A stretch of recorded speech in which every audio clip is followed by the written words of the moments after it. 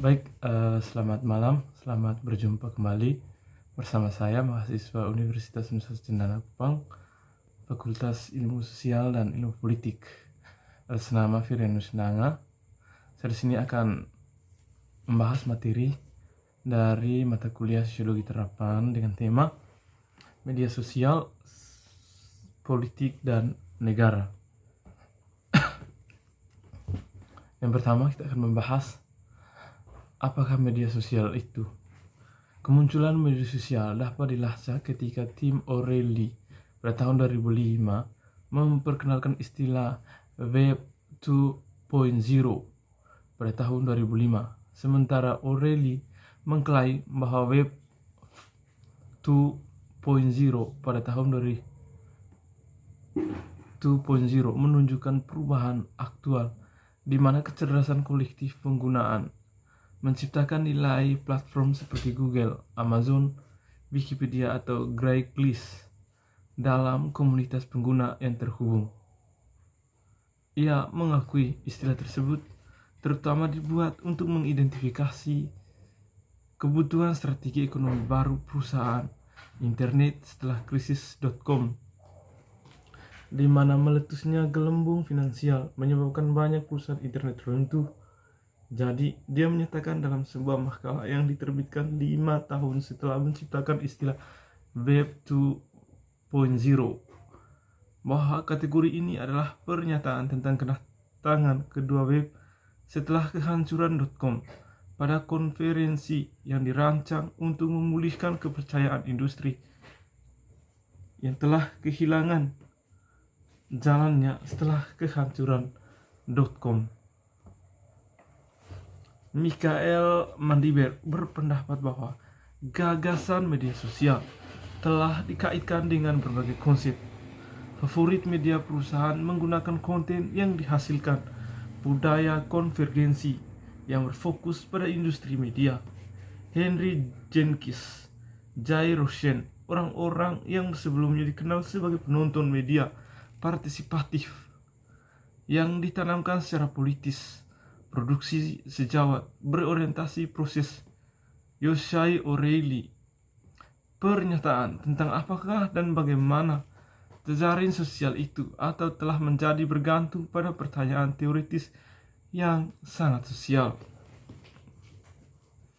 Apa artinya media menjadi sosial? Apakah manusia selalu bersosialisasi atau hanya jika mereka berinteraksi dengan orang lain? Dalam teori sosiologis, terdapat berbagai konsep sosial, seperti fakta sosial Emile Durkheim, tindakan sosial Max Weber, gagasan Karl Marx tentang kerja kolaboratif, juga digunakan dalam konsep kerja kolaboratif yang didukung komputer, atau gagasan Ferdinand Tönnies, komunitas, untuk pembahasan rinci. Lihat di Fox 2014.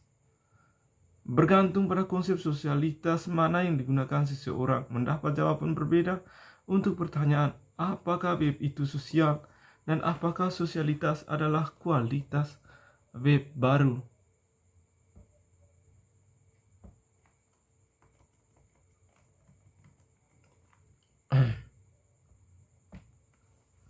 Aspek komunitas di web sudah pasti tidak dimulai dengan Facebook yang didirikan pada tahun 2004. Tetapi digambarkan sebagai karakteristik sistem papan buletin tahun 80-an, seperti The World yang ia anggap sebagai komunitas virtual.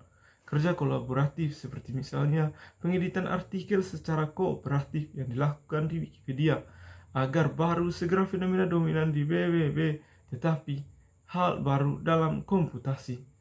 Konsep kerja kooperatif yang didukung komputer adalah subjek dari rangkaian konferensi yang dimulai pada bulan Desember tahun 86 dengan konferensi ACM pertama tentang CSCW di Austin, Texas. Diperlukan pendekatan teoritis yang mengidentifikasi berbagai dimensi sosial seperti kognisi, komunikasi, dan kerjasama yang didasarkan pada kontinuitas dan diskontinuitas perkembangan internet dapat dipelajari secara empiris. Konsep wiki juga bukan hal baru. wiki web diperkenalkan oleh Ward Cunningham pada tahun 1884. Semua sistem komputasi dan oleh karena itu semua aplikasi web dan juga semua bentuk media dapat dianggap sebagai sistem sosial karena mereka menyimpan dan mengirimkan pengetahuan manusia yang bersumber dari hubungan sosial di masyarakat. Mereka adalah objektifikasi masyarakat dan hubungan sosial manusia. Setiap kali manusia menggunakan sistem komputasi atau media, juga jika dia sendirian di sebuah ruangan, maka dia mengetahui berdasarkan pengetahuan yang diobjektifkan yang merupakan hasil dari hubungan sosial. Namun, tidak semua sistem komputasi dan aplikasi web mendukung komunikasi langsung antar manusia, di mana setidaknya dua manusia saling bertukar simbol yang diartikan bermakna. Amazon terutama memberikan informasi tentang buku dan barang lain yang dapat dibeli seseorang. Ini bukan terutama alat komunikasi, melainkan alat informasi, sedangkan Facebook memiliki fitur komunikasi built-in yang sering digunakan, sistem surat, dinding untuk komentar, forum, dan lain-lain. Habermas tahun 87 berpendapat bahwa dalam masyarakat modern ekonomi dan politik adalah sistem yang memanfaatkan media pengarah uang dan kekuasaan untuk mempengaruhi dan menjajah masyarakat. Perekonomian modern adalah cara kapitalistik untuk mengatur produksi, distribusi, dan konsumsi, yaitu sistem yang didasarkan pada akumulasi kapital, uang dengan penjualan komoditas yang diproduksi oleh pekerja, yang dipaksa untuk menjual tenaga kerjanya sebagai komoditas bagi pemilik modal dan alat produksi, yang dengan demikian memperoleh hak untuk mengeksploitasi tenaga kerja untuk jangka waktu tertentu. Sistem politik modern adalah sistem negara birokrasi, di mana demokrasi parlementer liberal, termasuk partai politik, pemilu, prosedur parlementer, jaminan hukum kebebasan liberal, kebebasan berbicara, berkumpul, berserikat, pers, gerakan kepemilikan, kepercayaan dan pemikiran, opini dan ekspresi, dan monopoli serta kekerasan oleh aparat negara yang memaksa menjamin reproduksi tatanan sosial yang ada.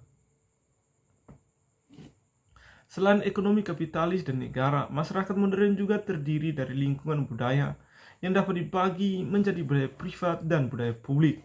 Budaya yang dapat dibagi menjadi budaya privat dan budaya publik. Hannah Arendt menekankan bahwa ranah privat adalah ranah masyarakat modern yang berfungsi sebagai ranah keintiman dan mencakup kehidupan keluarga serta hubungan emosional dan seksual. Habermas menambahkan pada analisis ini bahwa konsumsi memainkan peran sentral dalam ranah privat. Di sisi lain, keluarga sekarang berkembang lebih menjadi konsumen. Pendapatan dan waktu luang menjadi penerimaan kompensasi yang dijamin secara publik dan layanan dukungan.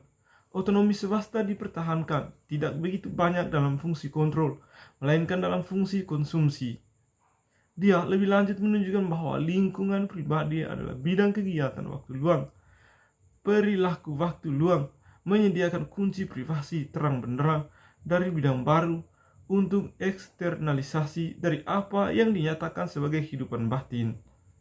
Dengan kata lain, dapat dikatakan bahwa peran ranah privat dalam kapitalisme sebagai ranah waktu luang dan konsumsi individu yang diidentifikasi oleh Habermas adalah menjamin reproduksi tenaga kerja sehingga yang terakhir tetap vital, produktif, dan dapat dieksploitasi.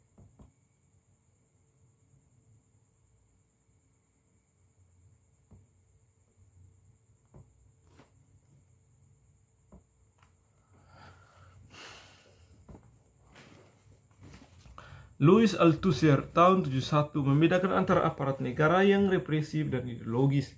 Yang pertama adalah kekuatan eksekusi dan intervensi yang perspektif untuk kepentingan kelas-kelas yang berkuasa dalam perjuangan kelas yang dilakukan oleh burjuasi dan sekutunya melawan proletariat, dan termasuk polisi, penjara, tentara, pengadilan, pemerintah, administrasi politik, dan kepala negara. Aparatur negara ideologis meliputi agama, sistem pendidikan, keluarga, sistem hukum, sistem politik termasuk partai, serikat buruh, media, dan komunikasi, dan budaya.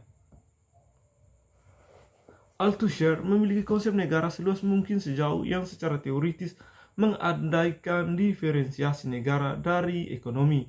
Dia memasukkan dalam gagasan tentang negara segala sesuatu yang oleh teori Marxis klasik disebut sebagai superstruktur. Althusser secara eksplisit mengakui pengaruh Gramsci pada gagasannya tentang negara. Sepengetahuan saya, Gramsci adalah satu-satunya yang menempuh jarak berapapun dalam jalan yang saya ambil. Dia memiliki gagasan luar biasa bahwa negara tidak dapat direduksi menjadi aparat negara represif, tetapi termasuk seperti yang dia katakan, sejumlah lembaga dari masyarakat sipil, gereja, sekolah, serikat buruh, dan lain-lain. Sayangnya, Gramsci tidak mensistematisasikan lembaganya yang tetap dalam keadaan catatan akut, tapi terpisah-pisah. Althusser memiliki konsep negara seluas mungkin sejauh yang secara teoritis mengandaikan diferensiasi negara dari ekonomi. Dia memasukkan dalam gagasan tentang negara segala sesuatu yang oleh teori Marxis klasik disebut sebagai superstruktur.